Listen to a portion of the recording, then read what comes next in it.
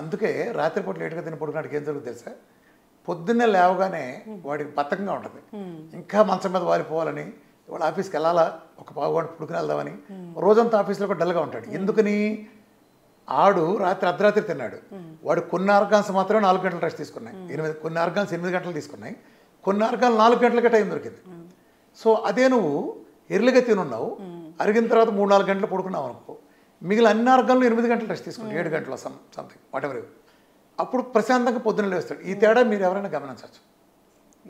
So మీరు మీకు ఆకలేసినప్పుడు తినండి. అమ్మ బాబు కొడుకు పెళ్ళం కొత్తగా పైన పెళ్ళం ఏం లేదు, ఎవడికి నచ్చింది అది తినండి, ఎవడికి నచ్చింది వాడు మితంగా తీసుకోండి, అంతే. ఇప్పుడు ఇమ్యూనిటీ లేదు, మాకు అనారోగ్య సమస్యలు వస్తున్నాయి ప్రతి సీజన్ మారినప్పుడు అంటున్నారు. అలాంటప్పుడు ఇమ్యూనిటీ పెంచుకోవాలంటే అసలు ఏం చేయాలి? ఫస్ట్ ఆయిల్ చేంజ్ చేయాలి. ఒకటి న్యాచురల్ ఆయిల్స్కి రండి, కోకోనట్ ఉత్తమం, కుదరకపోతే మిగిలిన న్యాచురల్ ఆయిల్స్కి వెళ్ళండి. 2 ఉప్పు మార్చేయండి, ప్రకృతి ఇచ్చిన ఉప్పులు రండి. 3 కారం కొంపలోంచి కంప్లీట్ ఎత్తేయండి. కారం అంతా మొత్తం దాదాపు 40 నుంచి 70 లేయర్లు కొట్టిన పురుగు మందులు కొట్టిన అక్కడ లేయర్ గాలిలో ఆవిరైపోయింది. పండుమిరపకాయ అయితే ఆ పండుమిరపకాయని ఏమాత్రం ఎండలో పెట్టకుండా క్లీనింగ్ లేకుండా ఇలా ప్రాసెస్ ఉంది కాబట్టి తీసేయండి. పాలు కొత్త కల్తీ పాలు ఉన్నాయి మార్కెట్లో, ప్యాకెట్ పాలలో, పాత పాలు కాదు, అసలు పాలు కూడా హ్యూమన్స్ కాదు. గేదె ఇచ్చే పాలు గేదె దూడకు వస్తుంది, ఆవు ఇచ్చే పాలు ఆవు దూడకు వస్తుంది. మన తల్లి ఇచ్చిన పాలే పాలు. మిల్క్ ఈజ్ నాట్ ఫర్ మమాల్స్, మమాల్లో మనకుండే వాళ్ళకి కాదు, ఎవరి తల్లి వాళ్ళకి ఇస్తుంది. ఆ వీనింగ్ పీరియడ్ వరకు తాగటమే, ఆ తర్వాత పాలు అనేవి మనిషికి జస్ట్ ఓ టేస్ట్కో దేనికో తప్ప ఎలాంటి ఉపయోగం లేవు. గేదె పాలు ఇచ్చేది గేదె దూడ కోసం, అర్థమైందా? మనిషి పాలు మనిషి కోసం. సో పాలు లేదు, పాల పదార్థాలు అద్భుతమైన, పాలు కాదు పాల పదార్థాలు మంచివి. ఇప్పుడు పచ్చి కొబ్బరికాయ కంటే కొబ్బరి నూనె ఎగలాక ఎంత ఔషధంగా మారుతుంది, అది ఔషధంగా మారటానికి ప్రాసెస్లు ఉంటాయి కదా, ఆ ప్రాసెస్ని బట్టి మారుతుంది. అలాగే పాల కంటే పాల పదార్థాలు అద్భుతమైన, అది తీసుకోండి. ఇంకో ముఖ్యమైన విషయం, ఆడాళ్ళైనా మగాళ్ళైనా, ఆడాళ్ళు అయితే రోజుకు 4.5 లీటర్ల నీళ్ళు, మగాళ్ళు అయితే 5 లీటర్ల నీళ్ళు తాగటం చేయండి. అది కూడా సిస్టమేటిక్గా, not more than 300 ml at a time. అర్థమైందా? Not more than 300 ml at a time. డైట్లో ఉంటే నేను 45 నిమిషాలకు ఒకసారి 300 ml చొప్పున 17 టైమ్స్ ఇస్తాను. డైట్లో లేకుండా నార్మల్గా, ఈవెన్ ఇప్పుడు నువ్వు డైట్లో లేవు, నువ్వు గంటకు ఒకసారి మస్ట్ అండ్ షుడ్గా 300 ml తీసుకోవాలి every 1 అవర్కి, 15 to 16 times A day. అలానే ఎండలో కూర్చుంటా. డి విటమిన్ 100 పైన ఉండేది చూసుకోండి. డి విటమిన్ విటమిన్ కాదు, డి విటమిన్ ఇస్ హార్మోన్. ఇది పక్కా కాలీఫ్లవర్, పెద్ద కుంభకోణం. వీఆర్కి ఎక్స్క్లూజివ్ డి విటమిన్ కుంభకోణం నా వీడియో చూస్తే భారతదేశం ఎవరికి ఉండదు. ఎందుకని? వీళ్ళు సబ్బెట్టి స్నానం చేస్తారు కాబట్టి. అవునా? అవును, మనం సబ్బులెట్టి స్నానం చేస్తాం కాబట్టి సబ్బుకున్న కెమికల్ శుభ్రంగా ఉంటుంది కదా. చర్మం మనం భలే వాసన వచ్చేవరా పలానా సబ్బు వాడితే అంటాం, ఆ వాసన ఆ కెమికల్, సబ్బుకుండే కెమికల్ వాసన అది చర్మం మీద ఉంటుంది. నిజానికి చర్మం శుభ్రం కాదు. ఈ లేయర్ అడ్డం పట్టడం వలన మన శరీరం ప్రోబయోటిక్స్ అనే ప్రతి చోట ఉంటాయి. ఆ ప్రోబయోటిక్స్ ఉండబట్టి మన సూర్యుడు ఇచ్చే టైప్ బి యూరేస్ని తీసుకున్నాయంటే చర్మం పొట్టలోని స్టమక్కే కాదు, శరీరంలో ప్రతి చోట ఉంటాయి. చర్మకుండే ప్రోబయోటిక్స్ సవ్యంగా పనిచేయట్లే, సెబాషియస్ గ్లాండ్స్ కూడా దెబ్బతింటి వీటి వలన. అందుకని చర్మం కాంతి విహానం అవుతుంది. సేబం కెమికల్ చర్మం కింద ఉండే సెబాషియస్ గ్లాండ్స్ ఇచ్చి ఎప్పుడైతే లేదో, ఏనాటి కారణం ఏంటంటే ఇవాళ వచ్చే కెమికల్ సోపులు, ఈ చీప్ కెమికల్ సోపులు వాడటం వలన శరీరం మొత్తం పైన లేయర్ లేకుండి డి విటమిన్ అల్ట్రా బి యూరేస్ని తీసుకోవట్లేదు. ఇప్పటికే బెంగళూరు, హైదరాబాద్, ఢిల్లీ లాంటి ఏరియాల్లో ఈ పైన పట్టిన పొల్యూషన్ కారణంగా టైప్ బి యూరేస్ కింద దాకా దిగట్లా. ఎండ వస్తుంది కానీ టైప్ బి యూరేస్ రావట్లా. అందుకే వీళ్ళు ఎవరికి డి విటమిన్ రాదు. అయితే ఈ ప్రపంచంలో డి విటమిన్ని ఆయిల్ ఫార్మాట్లో ఉండే విధంగా ఇచ్చేది నేను ఇస్తాను.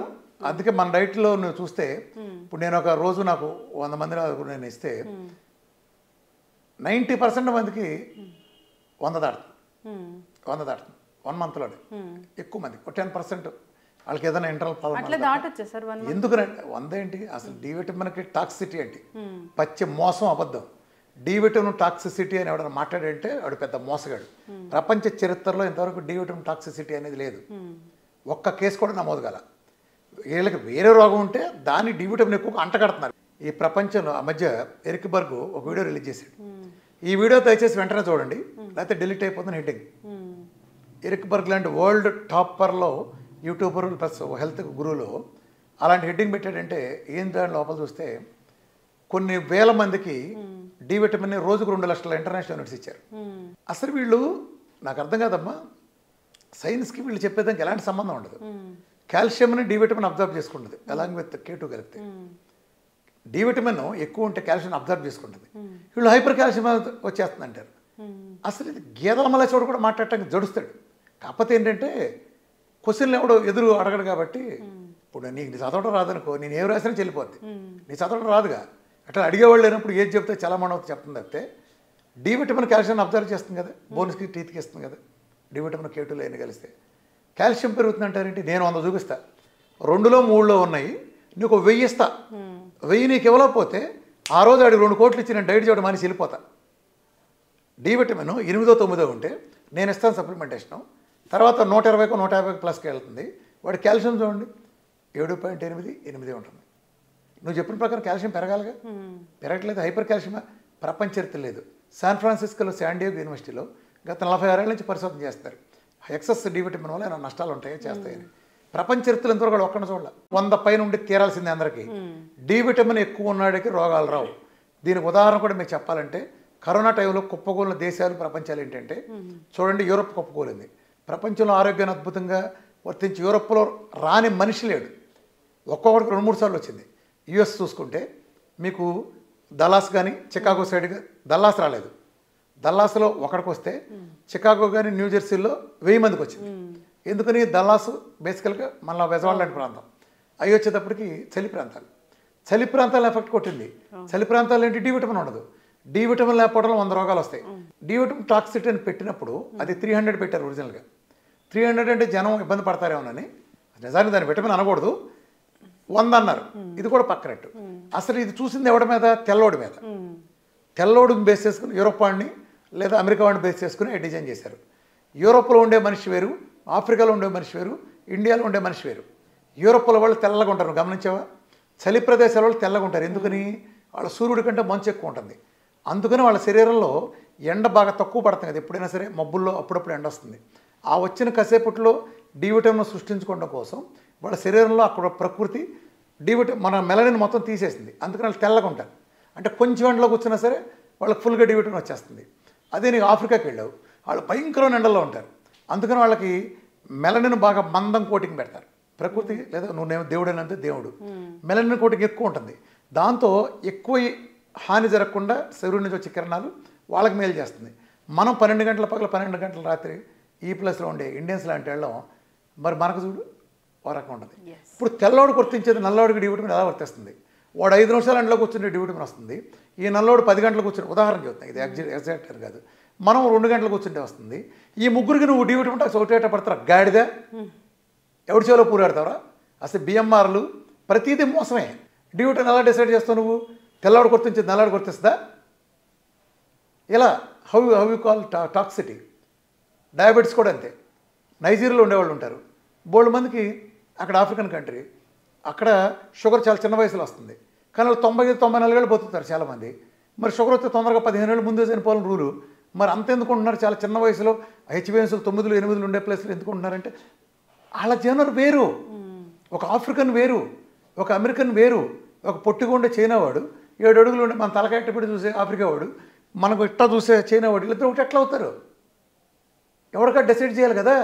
ఈ ప్రపంచం మొత్తం ఒకటే వాళ్ళు. ఇప్పుడు నీకు నాకు ఒకటే బలం ఉంటుందా? మనందరం ఒకటే వేసున్నాం, నువ్వు నేను ఒకటే బలం ఉంటుందా? నీతో పాటు అందరికి ఒకటే ఉంటుందా? ఎలా ఉంటుంది? అలా ఉండదు కదా. ఆడ వేరు, మగ వేరు. ఒక రేసులో ఉండేవాళ్ళు ఎవరి రేసుని బట్టి వాళ్ళకి ఆ బలం డిసైడ్ అవుతాయి కదా. నువ్వు అందరికి ఒక రూల్ అట్టేస్తావు. అర్థమైందా? ఈ కాకమ్మ కబుర్లో కలిబోలు కబురు మన ప్రపంచానికి ఎలాంటి ఉపయోగం లేదు. ఎందుకు ఉపయోగం లేదు? ఈ కాకమ్మ కబుర్లు చెప్పేవాళ్ళు ఎవరు? ఒక డయాబెటీస్ తగ్గించలే, ఒక్కడ బీపీ పోగొట్ల, ఒక్కడ థైరాయిడ్ పోగొట్ల, ఒక్కడ సురేష్ పోగొట్ల. నా దగ్గర 1 మంత్ 1000 మందిని పంపించండి, సవాల్ చేస్తున్నా. 1 మంత్లోపు మొత్తం ఒకళ్ళిద్దరు ఏదైనా క్రానిక్ కేసు ఉన్న వాళ్ళు తప్ప 1000 మందిలో ఒక్క సింగిల్ డిజిట్ ఉండేవాళ్ళు తప్ప వాళ్ళకి 2 నెలల బోద్దులే. 100కి 1000% తగ్గి తీరాల్సిందే, తగ్గి తీరాల్సిందే. ఆఫ్టర్ ఆల్ బీపీ 28 29 రోజులు వేసుకోమంటే ట్యాబ్లెట్ అంతే అంతే. నేను వెంటనే తీయను, దానికి కొన్ని కాంప్లికేషన్స్ ఉంటాయి, వెంటనే తీయటానికి. షుగర్ అంటే ఎత్తి పెంటకప్పుడు వారేమంటాం కదా. ఎవరికైనా ఉండడానికి వీలేదు అంతే. అన్లెస్ క్రానిక్ డిసీజెస్ ఉండేవాళ్ళు, లేదా ఇంట్లో తీవ్రమని లేదా ఘర్షణ వాతావరణం లేదా స్ట్రెస్ ఉండేవాళ్ళు తప్ప నార్మల్గా బీపీ వాడు నువ్వు 20 ఏళ్ళ నుంచి బీపీ ఇవాళ నీతో మాట్లాడే ముందు నేను ఒక 18 మందిని చూశాను. 18 మందిలో 9 మంది తీసేసా. ఆ బీపీలు షుగర్ ఉన్న వాళ్ళు ఉన్నారు, 9 మందికి వెళ్ళిపోయిన బీపీలు. నువ్వు కింద ఉన్న ఇంటర్వ్యూ తీసుకోవాలి. 15-20 ఏళ్ళ నుంచి వాడుతున్నారు, 5 ఏళ్ళ నుంచి 6 ఏళ్ళ నుంచి ఉండదంతే. 112 ఆల్రెడీ ఒక ఆయన 4 నెలల నుంచి లేదు, 112 120 ఇంతే. మరి ఇన్నేళ్ళు వాడింది ఏమైంది? హై డోస్లో ఆయన 40 పొద్దున 40 సాయంత్రం వాడేవాడు. చిన్న సొల్యూషన్స్ ఇవన్నీ. తొక్కలో థైరాయిడ్ నెలలో పోద్ది, ఎవరికైనా తొక్కలో థైరాయిడ్ నెలలో పోద్ది. జీవితాంతం ఎందుకు మాడి జీవితాలు ఎందుకు నాశనం చేసుకుంటున్నారు?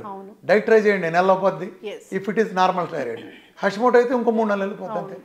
ఆహారం ఔషధము. మీరు డైట్ గురు ఎన్నో ఏళ్ళ నుంచి ఉన్నారు, ఎంతో మందికి డైట్ ఇస్తూ ఉన్నారు, జీవనశైలిలో మార్పులు చెప్తూ ఉన్నారు, ఎన్నో అనారోగ్య సమస్యలను తగ్గిస్తూ ఉన్నారు.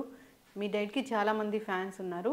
సో మరిన్ని విషయాలు మనం తర్వాత డిస్కస్ చేద్దాము. ఈ సిరీస్ అనేది కంటిన్యూ చేద్దాము. విఆర్కే సార్ చాలా మంచి ఇంటర్వ్యూ ఇచ్చారు నాకు. అందరూ ఫాలో అవ్వాలని కోరుకుందాం. చాలా చక్కటి ఇన్ఫర్మేషన్ అండి. ధన్యవాదాలు. Sir, one life lesson what medicine has taught you. Whatever you can do without expecting. But I really believe మన పాజిటివ్ యాటిట్యూడ్ ఉంటేనే మనం ఏదైనా సాధించగలం. గట్ ని మనం కరెక్ట్ గా డీల్ చేసినట్లయితే అది మనకి పాజిటివ్ హార్మోన్స్ ని రిలీజ్ చేస్తుంది. షుగర్ వచ్చిన వాళ్ళ పరిస్థితి ఏంటి? పొట్ట దగ్గర పెరిగితే దాన్ని ఆండ్రాయిడ్ అంటారు, ఆండ్రాయిడ్ ఫోన్ కాదు. అసలు థాట్స్ ఎందుకు వస్తాయి? బ్రెయిన్ డెడ్ అంటే దానికి ప్రపంచం అంతా కూడా కొన్ని నిర్దిష్టమైనటువంటి లక్షణాలు. మానసికంగా ధైర్యంగా ఉంటే క్యాన్సర్ జయించవచ్చు. You are a doctor for a cause sir, అంతే. వాళ్ళకి వచ్చిన ఆదాయం కాకుండా ఫ్రీ సర్వీస్ ఎంతమందికో చేస్తుంది.